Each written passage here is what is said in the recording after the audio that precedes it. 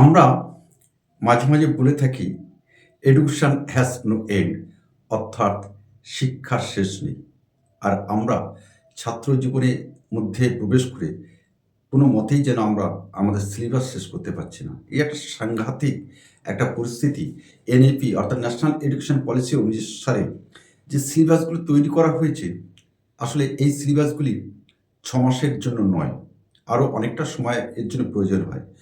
6 মাসের সিলেবাস কিন্তু 4 মাসের বা 3.5 মাস 3 মাসের মধ্যে পরীক্ষা দিতে হয়। যে কি যন্ত্রণা আমাদের এই পাঠকেন্দ্র চালানোর জন্য সে আমরা বুঝতে পারি।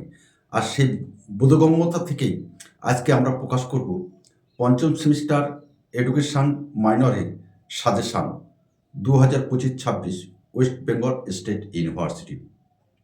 ইতিমধ্যে আমরা পঞ্চম সেমিস্টারের বাংলা অনার্সের অর্থাৎ মেজর সাজেশনটা আমরা প্রকাশ করতে পারিনি, কিন্তু আমরা ইতিহাস, দর্শন এগুলো আমরা প্রকাশ করেছি। আজকে আমরা প্রকাশ করছি ফিফথ সেমিস্টারে এডুকেশন মাইনর সাজেশান। আমি যখন ছাত্র অবস্থায় ছিলাম তখন আমি প্রশ্ন করতাম একটা 1:4, অর্থাৎ একটা প্রশ্নের জন্যে 4টে উত্তর, এক দাগে একটা প্রশ্ন লেখা ছিল, 4টে প্রশ্ন আমরা করে রাখতাম যে তার মধ্যে একটা প্রশ্ন আমরা আসবে। ঠিক সেই পদ্ধতি আমার ছাত্র অবস্থার মধ্যে থেকে সেই পদ্ধতি অনুসরণ করে আজকে আমরা ঠিক তেমনিভাবে আমাদের সাজেশনটা আমরা তৈরি করেছি।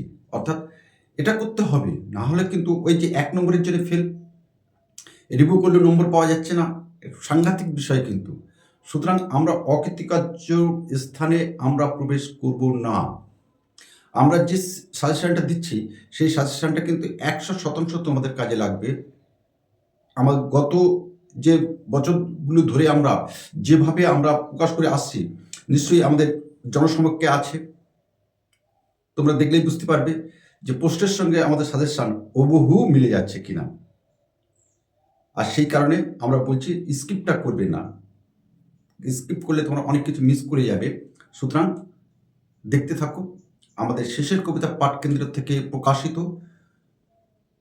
ওয়েস্ট বেঙ্গল স্টেট ইউনিভার্সিটির সাজেশন এডুকেশন মাইনর। সেটি দেখছো তোমরা শেষের কবিতা সুন্দরবন ইউটিউব চ্যানেল, যে চ্যানেলের সঙ্গে অসংখ্য ছাত্রছাত্রী কিন্তু যুক্ত হয়ে গেছে ইতিমধ্যে। তোমাদের যে প্রশ্নগুলো আসবে আমি 3 স্টার্স বলে দিচ্ছি, তোমরা খাতা তুলে নাও। সম্ভব হলে আমরা স্ক্রিনে আমরা প্রশ্নগুলো আমরা লিখেও দেব। প্রথমে তোমাদের লিখতে হবে 4টি টিকা, সেখানে বিভাগ থাকবে। আমি সেই বিভাগগুলো না করে আমি পরপর করে সাজিয়ে দিয়েছি যে প্রশ্নগুলো, সবগুলো 3 স্টার্স, সেই প্রশ্নগুলো তোমরা করবে। টিকার জন্য প্রত্যেকটা প্রশ্নের মান 5, শব্দ সংখ্যা 150। এইভাবে আমরা আজকের সেশনটা তৈরি করেছি। গ্রামীণ বিশ্ববিদ্যালয়ের সম্বন্ধে রাধাকৃষ্ণন কমিশনের সুপারিশগুলি লেখো। গ্রামীণ বিশ্ববিদ্যালয়ের সম্বন্ধে রাধাকৃষ্ণন কমিশনের সুপারিশগুলি লেখো। 2 নম্বর 3 স্টার্স, মোস্ট ইম্পর্টেন্ট, শিক্ষার অধিকার আইন 2009 এর বৈশিষ্ট্যগুলি আলোচনা করো। মোস্ট ইম্পর্টেন্ট কোশ্চেন, শিক্ষার অধিকার আইন RTI, শিক্ষার অধিকার আইন 2009 এর বৈশিষ্ট্যগুলি আলোচনা করো। 3, সর্বশিক্ষা অভিযানের উদ্দেশ্যগুলি আলোচনা করো। সর্বশিক্ষা অভিযানের উদ্দেশ্যগুলি আলোচনা করো। এটাও কিন্তু মোস্ট ইম্পর্টেন্ট 3 স্টার্স কোশ্চেন। এই যে 3টি প্রশ্ন বলে দিলাম, এই 3টি প্রশ্নের মধ্যে একটা প্রশ্ন কিন্তু অবশ্যই তোমরা পাচ্ছ। 4 নম্বর খুবই ইম্পর্টেন্ট। আসলে এখানে তোমরা ফিফথ সেমিস্টারে তোমরা প্রথম পরীক্ষা দেবে, সেক্ষেত্রে আর সিলেবাসও অনেক, প্রশ্ন অনেক। আমরা এই যে সাজেশনটা করতে গিয়ে একদম নাজেহাল হয়ে পড়েছি, আর হওয়াটাই স্বাভাবিক। এত সিলেবাসের মধ্যে থেকে প্রশ্ন তুলে নিয়ে এসে তোমাদের হাতে দিয়ে দেওয়া এবং সেটা সাজেস্টিভ এক্সামিনেশন কোশ্চেন হবে, এটা কিন্তু খুব কষ্টকর। তবুও আমরা বলছি 100% তোমরা কমন পাবে। নেক্সট 3 স্টার্স কোশ্চেন, পাঠ্যক্রম সম্পর্কিত মুদলিয়ার কমিশনের সুপারিশগুলি লেখো। পাঠ্যক্রম সম্পর্কিত মুদলিয়ার কমিশনের সুপারিশগুলি লেখো। অথবা এই প্রশ্নটা না দিয়ে এইভাবে প্রশ্নটা আসতে পারে, মাধ্যমিক শিক্ষা সম্বন্ধে যা জানো লেখো মুদিলিয়া কমিশন অনুসারে। নেক্সট, এবার আসবো আমরা ব্রাহ্মণ্য শিক্ষা। ব্রাহ্মণ্য শিক্ষা ব্যবস্থার শিক্ষণ পদ্ধতি আলোচনা করো। ব্রাহ্মণ্য শিক্ষা ব্যবস্থায় শিক্ষণ পদ্ধতি আলোচনা করো। Most important 3 stars question. যে প্রশ্নটা অবশ্যই আসবে, বৌদ্ধ এবং ব্রাহ্মণ্য শিক্ষার মধ্যে যে পার্থক্যগুলো লক্ষণীয় তা লেখো। বৌদ্ধ ও ব্রাহ্মণ্য শিক্ষা ব্যবস্থার পার্থক্যগুলি উল্লেখ করো। আরও একটা গুরুত্বপূর্ণ প্রশ্ন, ব্রাহ্মণ্য শিক্ষা ব্যবস্থায় শিক্ষক শিক্ষার্থীর সম্পর্ক আলোচনা করো। ব্রাহ্মণ্য শিক্ষা ব্যবস্থায় শিক্ষক শিক্ষার্থীর সম্পর্ক আলোচনা করো। যে প্রশ্নটা এর পরবর্তীকালে আমরা ইম্পর্টেন্ট হিসেবে রেখেছি, গুরুকুল শিক্ষা ব্যবস্থার উপর একটি সংক্ষিপ্ত আলোচনা করো। গুরুকুল শিক্ষা ব্যবস্থা এর উপর একটি সংক্ষিপ্ত আলোচনা করো। উডের দলিলে মুখ্য উদ্দেশ্যগুলি কি ছিল? উডের দলিলে মুখ্য উদ্দেশ্যগুলি কি ছিল, অথবা উডের দলিলে যে শিক্ষা ব্যবস্থা সম্পর্কে বলা হয়েছিল তার সীমাবদ্ধতাগুলি আলোচনা করো। অর্থাৎ উডের ডিসপাসের সীমাবদ্ধতাগুলি উল্লেখ করো। এটা কিন্তু ইম্পর্টেন্ট। এই প্রশ্নটা কিন্তু আমাদের বড় প্রশ্নের মধ্যেও আসতে পারে। অর্থাৎ আমরা টিকা এমনভাবে সাজিয়ে রেখেছি যে প্রশ্নগুলো কিন্তু তোমাদের আবার বড় প্রশ্নের মধ্যে আসতে পারে।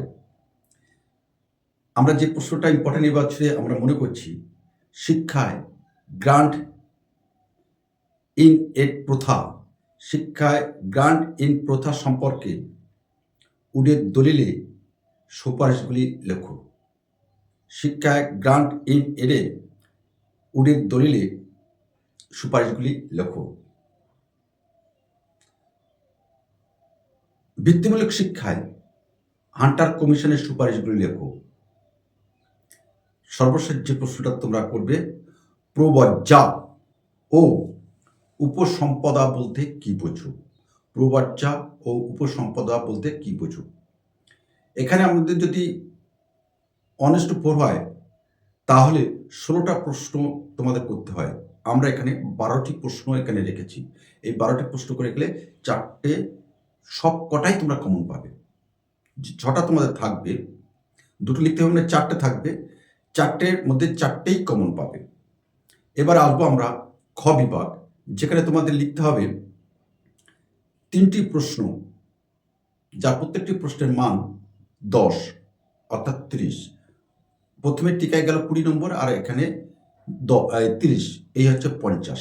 আর সেই 30 নম্বর প্রশ্ন আলোচনা করার আগে অবশ্যই বলে দিই, তোমরা যদি এই মুহূর্তে আমাদের এই শেষের কবিতা সুন্দর বৃহৎ পরিবারের এই চ্যানেলটি তোমরা দেখো, please subscribe our channel and please share to your friend.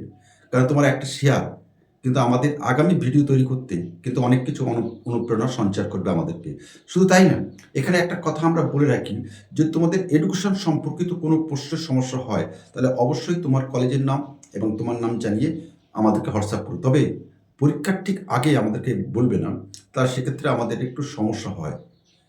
এই যে সাজেশনটা প্রকাশ করার পরপরই তোমরা কমেন্টস করে জানাবে এবং আমাদের হোয়াটসঅ্যাপে আমাদেরকে জানিয়ে দেবে। আমরা হোয়াটসঅ্যাপ নাম্বারটা দিয়ে দেবো, কিংবা আমাদের ইউটিউব চ্যানেলে অ্যাবাউটে গিয়ে তোমরা পেয়ে যাবে আমাদের হোয়াটসঅ্যাপ নাম্বারটা, অথবা সরাসরি আমাদেরকে ফোন করে জানাতে পারো।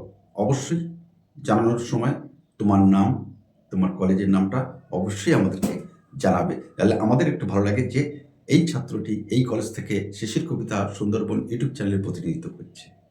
আমরা সাদরে তোমার যে চাহিদা, সেই চাহিদা পূরণ করার চেষ্টা করব। এবার আমরা আসবো 30 নম্বর প্রশ্ন। 3টে লিখতে হবে, 3 4 12টা প্রশ্ন থাকবে, মানে 1:4 যদি হয় সেই 12টি প্রশ্ন তোমাদের কাছে আমরা তুলে ধরছি। এক দেখে যে প্রশ্নটা অবশ্যই আসবে, বৌদ্ধ শিক্ষা ব্যবস্থার বৈশিষ্ট্যগুলি লেখো। বৌদ্ধ শিক্ষা ব্যবস্থার বৈশিষ্ট্যগুলি লেখো। আধুনিক শিক্ষায় এই শিক্ষা ব্যবস্থা কতখানি গুরুত্বপূর্ণ বা প্রাসঙ্গিক তা আলোচনা করো। আবার বলছি, 3 স্টার্স কোশ্চেন। বৌদ্ধ শিক্ষা ব্যবস্থার বৈশিষ্ট্যগুলি লেখো। আধুনিক শিক্ষা ব্যবস্থায় এই শিক্ষা ব্যবস্থা কতখানি প্রাসঙ্গিক আলোচনা করো। বৌদ্ধ শিক্ষা, এবার আসবো ব্রাহ্মণ্য শিক্ষা। ব্রাহ্মণ্য শিক্ষার বৈশিষ্ট্যগুলি লেখো। ওখানে লিখেছিলাম বৌদ্ধ শিক্ষার ব্যবস্থার বৈশিষ্ট্য, এখানে আমরা বললাম ব্রাহ্মণ্য শিক্ষা ব্যবস্থার বৈশিষ্ট্য।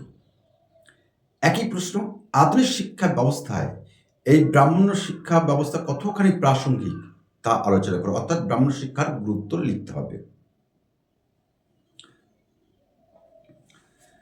নেক্সট, তোমাদের অবশ্যই এই প্রশ্নটা আসবে ইসলামিক সাহিত্য থেকে, ইসলামিক এডুকেশন থেকে। ভারতবর্ষে ইসলামিক শিক্ষা ব্যবস্থার বৈশিষ্ট্যগুলি আলোচনা করো। ভারতবর্ষে ইসলামিক শিক্ষা ব্যবস্থার বৈশিষ্ট্যগুলি আলোচনা করো। ব্রাহ্মণ্য শিক্ষা এবং ইসলামিক শিক্ষা ব্যবস্থার লক্ষ্যের মধ্যে পার্থক্যগুলি আলোচনা করো। তাহলে কি বললাম? বললাম যে ইসলামিক শিক্ষা ব্যবস্থার বৈশিষ্ট্যগুলি লেখো, আর ওই প্রসঙ্গে যে প্রশ্নটি জড়িত থাকবে সেটি হলো ব্রাহ্মণ্য শিক্ষা ব্যবস্থার সাথে ইসলামিক শিক্ষা ব্যবস্থার যে লক্ষ্যগত পার্থক্য ছিল সেই পার্থক্যগুলি আলোচনা করো। 3 নম্বর, যে মোস্ট ইম্পর্টেন্ট, বৌদ্ধ ও ব্রাহ্মণ্য শিক্ষা ব্যবস্থার মধ্যে, বৌদ্ধ এবং ব্রাহ্মণ্য শিক্ষা ব্যবস্থার মধ্যে তুলনামূলক আলোচনা করো। বৌদ্ধ এবং ব্রাহ্মণ্য শিক্ষা ব্যবস্থার মধ্যে তুলনামূলক আলোচনা করো। বৌদ্ধ শিক্ষা ব্যবস্থা কি গণতান্ত্রিক ছিল? আলোচনা করো। যদি কোনো প্রশ্নের সমস্যা হয় অবশ্যই আমাদেরকে হোয়াটসঅ্যাপ করে জানাবে বা কমেন্ট বক্সে জানাবে। নেক্সট, এই যে উডের দলিল আমরা টিকায় আমরা দিয়েছি, উডের দলিল থেকে যে প্রশ্নগুলো তোমাদের স্বাভাবিকভাবে আসবে, উডের দলিলে শিক্ষা সংক্রান্ত সুপারিশগুলি লেখো। এটিকে কেন ভারতীয় শিক্ষায় ম্যাগনা কার্টা বলা হয়? মোস্ট ইম্পর্টেন্ট, এটা কিন্তু বড় প্রশ্নের মধ্যে না আসলেও কিন্তু টিকায় আসবে ম্যাগনা কার্টা। বা প্রশ্নটা তোমাদের এইভাবে আসতে পারে, উডের দলিলে গৃহীত ভারতীয় শিক্ষানীতি আলোচনা করো। উডের দলিলে গৃহীত ভারতীয় শিক্ষানীতি আলোচনা করো। অথবা আধুনিক ভারতীয় শিক্ষা ব্যবস্থাকে ম্যাগনা কার্টা বলা হয় কেন? কিংবা ভারতীয় শিক্ষার ইতিহাসে এই উডের দলিলের সুপারিশ এত গুরুত্বপূর্ণ কেন? ঠিক এই উডের দলিল থেকে এই প্রশ্নগুলো তোমাদের ইম্পর্টেন্ট। নেক্সট 3 স্টার্স করছেন 1813 সালের সনদ আইনটি আলোচনা করো। মোস্ট ইম্পর্টেন্ট, 1813 সালের সনদ আইনটি আলোচনা করো। ভারতীয় শিক্ষার ইতিহাসে এটি কেন গুরুত্বপূর্ণ? ভারতীয় শিক্ষার ইতিহাসে এটি কেন গুরুত্বপূর্ণ লেখো। প্রাথমিক শিক্ষা সংক্রান্ত হান্টার কমিশনের সুপারিশগুলি লেখো। প্রাথমিক শিক্ষা সংক্রান্ত হান্টার কমিশনের সুপারিশগুলি লেখো। পাশাপাশি যে প্রশ্নগুলো তোমাদেরকে দেখে যাওয়ার জন্য আমরা বলবো, আমরা প্রতি ভিডিওতে আমরা বলে দিই, যেহেতু একটু ফাইনাল পরীক্ষা দিচ্ছ, পাশাপাশি এই প্রশ্নগুলো কিন্তু অবশ্যই দেখতে হবে, সমান গুরুত্বপূর্ণ। কি 1952 থেকে 53 সালের মুদলিয়ার কমিশনের 1952 থেকে 53 সালের মুদলিয়া কমিশনের সুপারিশগুলি সংক্ষেপে আলোচনা করো। অর্থাৎ মুদলিয়া কমিশনের সুপারিশ। নেক্সট যে প্রশ্নটা দেখে যেতে হবে, ইউজিসি প্রতিষ্ঠা করা হয়েছিল কেন? এই ইউজিসির প্রকৃতি ও কার্যাবলী আলোচনা করো। 1964 থেকে 66 সালের সুপারিশগুলি লেখো। ত্রিভাষা সূত্র সম্পর্কে ভারতীয় শিক্ষা কমিশনের যে মতামত ছিল তা লেখো। সঙ্গী করে যাবে মাধ্যমিক শিক্ষার লক্ষ্য, কাঠামো, পাঠ্যক্রম কোটারি কমিশন অনুসারে। অর্থাৎ কোটারি কমিশন অনুসারে মাধ্যমিক শিক্ষার লক্ষ্য, কাঠামো এবং পাঠ্যক্রম আলোচনা করো। বা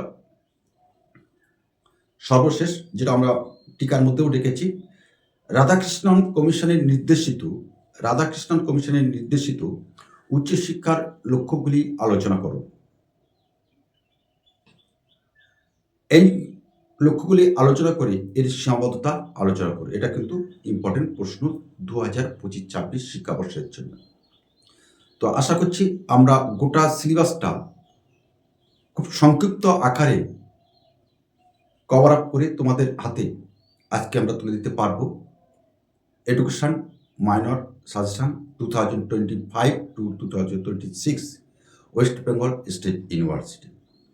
আর এই প্রশ্নগুলো যদি তোমরা করো তাহলে আমরা অবশ্যই বলে দিচ্ছি 100% কিন্তু কমন পাবে। এখনও সময় আছে, 1 মাসের অধিকও সময় পেয়ে যাবে। পঞ্চম সেমিস্টার আগে তৃতীয় সেমিস্টার পরীক্ষা হবে, তারপর পঞ্চম সেমিস্টারের পরীক্ষা হবে।